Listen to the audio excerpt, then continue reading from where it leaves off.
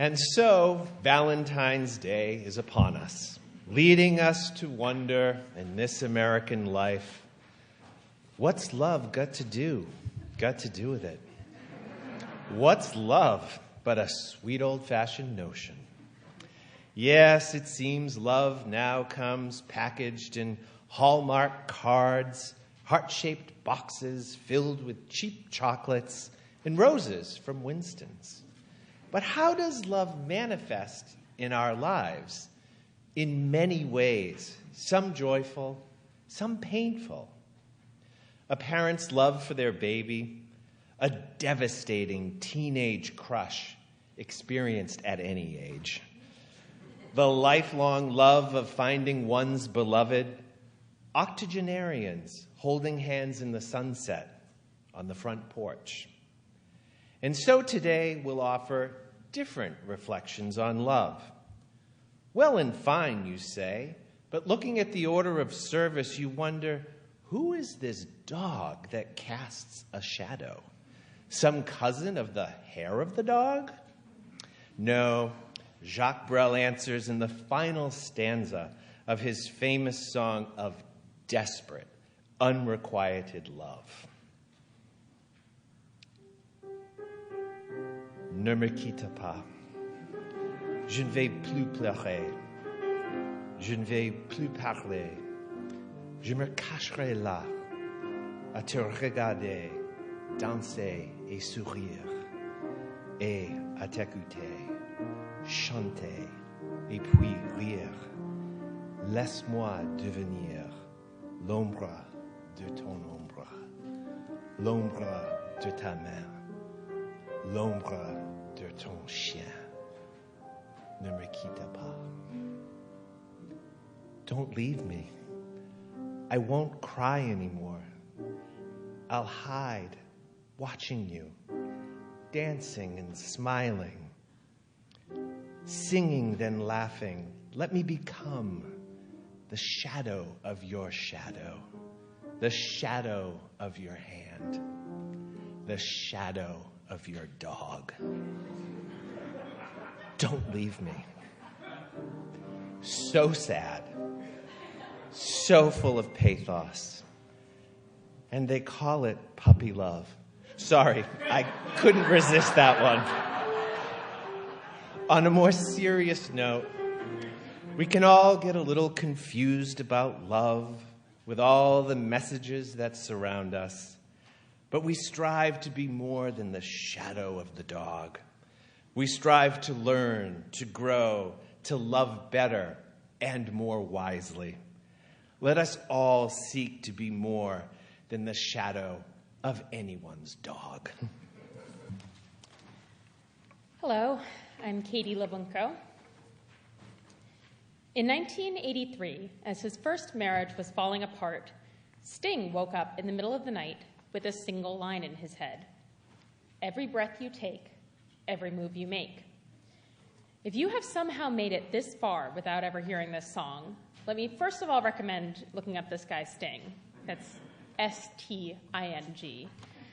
He's quite good. For those members of the congregation, and anyone whose memory is a bit rusty, let me tell you a little bit about the song.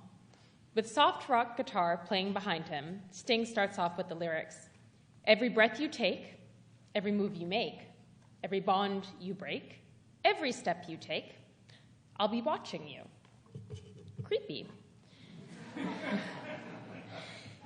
He continues to croon about the many situations in which he will be watching the subject of the song, additionally imploring her, oh, can't you see, you belong to me.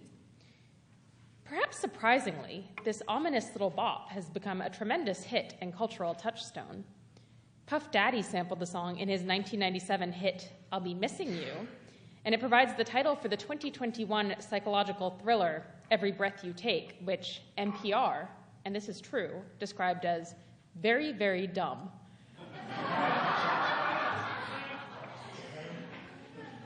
In 2019, it was recognized as the most played song in radio history. So what is it about this song that is so connected with our cultural psyche? I think it's the fact that we all identify, at least a little bit, with the stalker narrating the song. Deep inside each of us is a jealous little love gremlin that wants to sink its claws into the objects of our affection and never let them go. Because to truly love someone is to be deeply vulnerable. It is to offer someone the most tender, vulnerable parts of yourself and ask that they please not stomp on them. But love cannot be compelled, or it sours into something ugly and cruel. So no matter how persuasive it is, we have to learn to silence that jealous little love gremlin. We have to let ourselves love freely and deeply and understand that we may get hurt in the process. The story has a happy ending. In 1992, Sting married his second and final wife. That's so far. And although I'm sure the fame, mansions, and spare $500 million didn't hurt, I like to think that this marriage has lasted for over 3 decades because Sting managed to smother that jealous love gremlin. And if there is hope for international pop superstar Sting, surely there is hope for all of us.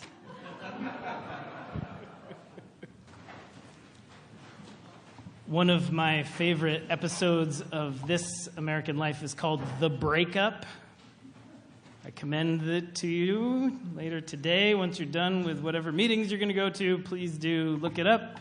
It's wonderful. And in it, Starlee Kine is reflecting on lost love and shares this line from a Dusty Springfield song, which she says is perhaps the most pitiful sentiment ever uttered aloud. The song goes, "You don't have to say you love me, just be close at hand.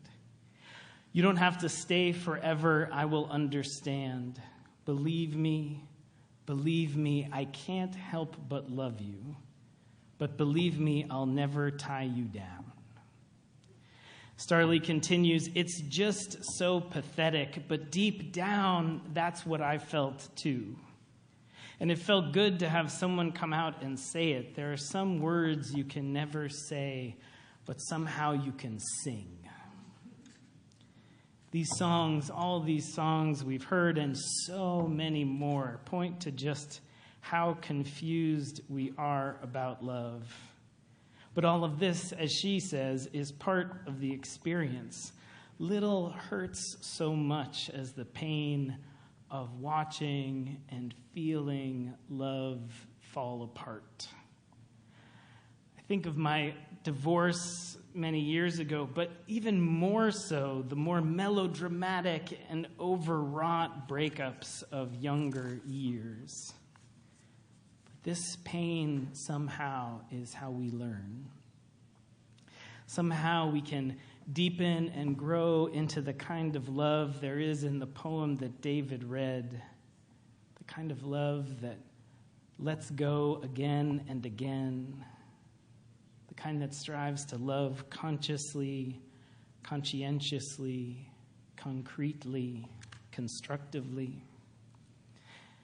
I think of my own journey into deepening love, into the challenging and encompassing love which now holds me. I am very lucky to have a pretty wonderful and wise and gentle and beautiful and funny and kind person that I get to forge a life with, and we have faced a lot. We have stood in the fire together, hands clasped, and we have faced down dragons. We have loved and let go again and again. And one of the beautiful and simple and powerful things we do came from our years of working together. As some of you know, for the last 8 years before coming here as your minister, she and I worked together as ministers in Portsmouth, New Hampshire.